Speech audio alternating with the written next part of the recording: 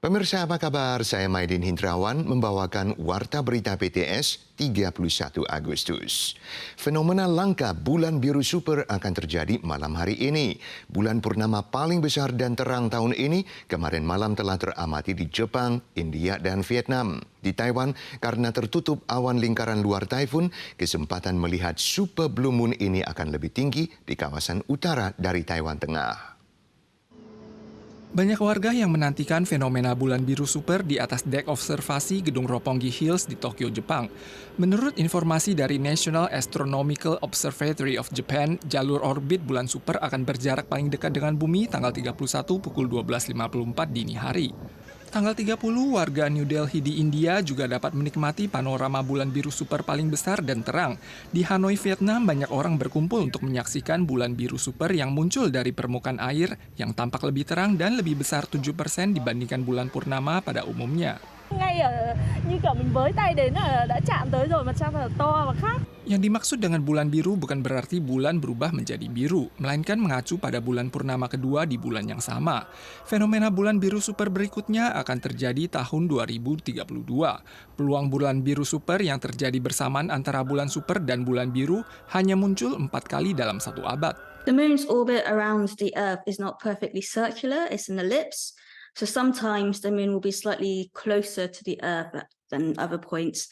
And when that happens during a full moon, we call it a supermoon. We call it a blue moon. Bulan purnama tanggal 31 hanya berjarak 357.000 km dari bumi. Ini merupakan pemandangan bulan purnama terbesar tahun ini. Karena saat pertama kali terbit, bulan akan tampak lebih besar seiring efek visual yang kontras dengan permukaan bumi. Jadi periode observasi terbaik adalah setelah pukul 6.30 sore. Lingkaran badai taifun ke-9 tahun ini seolah telah melewati dataran Taiwan Selatan dan terus bergerak menuju barat-barat laut. Tapi sebuah taifun skala ringan lainnya yakni Haikui akan segera mengancam dari perairan utara Taiwan. Biro Cuaca Pusat CWB tidak menutup kemungkinan mengumumkan peringatan laut besok.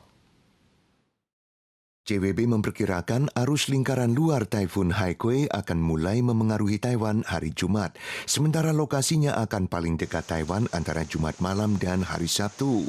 Menurut proyeksi saat ini, pengaruhnya akan lebih dirasakan di wilayah utara dan kawasan Matsu. Sementara untuk wilayah timur dan selatan, karena terpengaruh lingkaran luar Taifun Saola, tetap ada kesempatan turun hujan deras atau sangat deras dalam 2 hari ini. Di sisi lain, depresi tropis di perairan timur Pulau Guam kemarin malam telah menguat menjadi taifun skala ringan bernama Kirogi. Dengan demikian, saat ini ada 3 taifun di perairan sekitar Taiwan.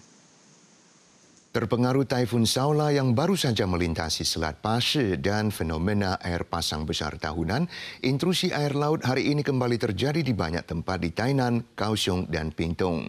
Jalanan di sekitar terusan Anping di Tainan tergenang air, sementara banjir di Tongkang Pingtung menjadi semakin parah. Ketinggian air bahkan sempat mencapai paha.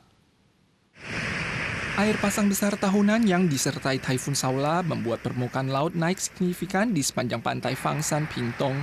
Air pasang juga menyebabkan intrusi air laut dan banjir besar di Kelurahan Tongchin dan Fute, Kota Tongkang tanggal 31. 受大流的影响的东港透早有真侪路段是拢有积淹水，像记者即马伫宜利国小边仔沿海路水深差不多半个脚头有。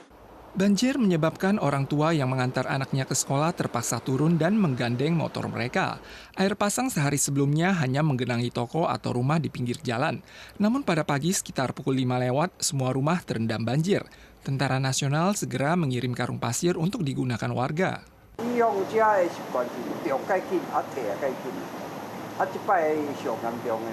Bukan hanya di Pingtung, akibat dampak air pasang, Anping Road di Tainan juga dilanda banjir walau tidak turun hujan. Ada warga yang mengambil resiko menempuh banjir sehingga motornya mogok dan terpaksa menunggu di pinggir jalan.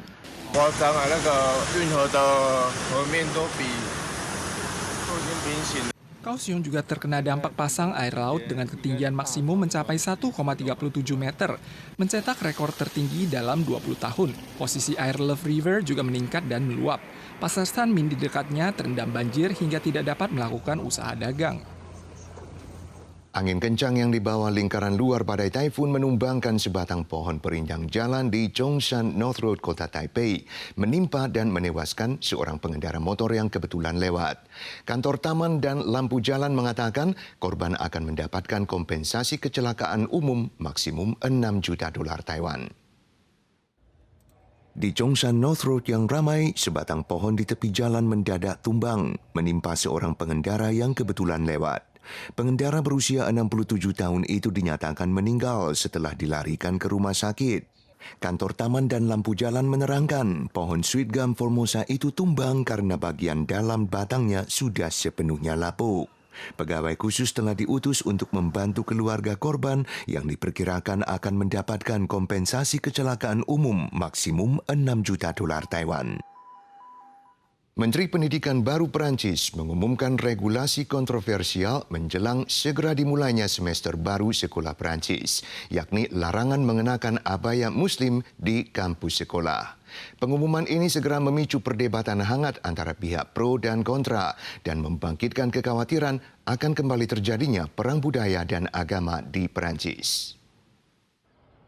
Menteri Pendidikan Prancis menyatakan saat Anda masuk ke dalam kelas tidak seharusnya langsung dapat mengidentifikasi agama para siswa secara sekilas.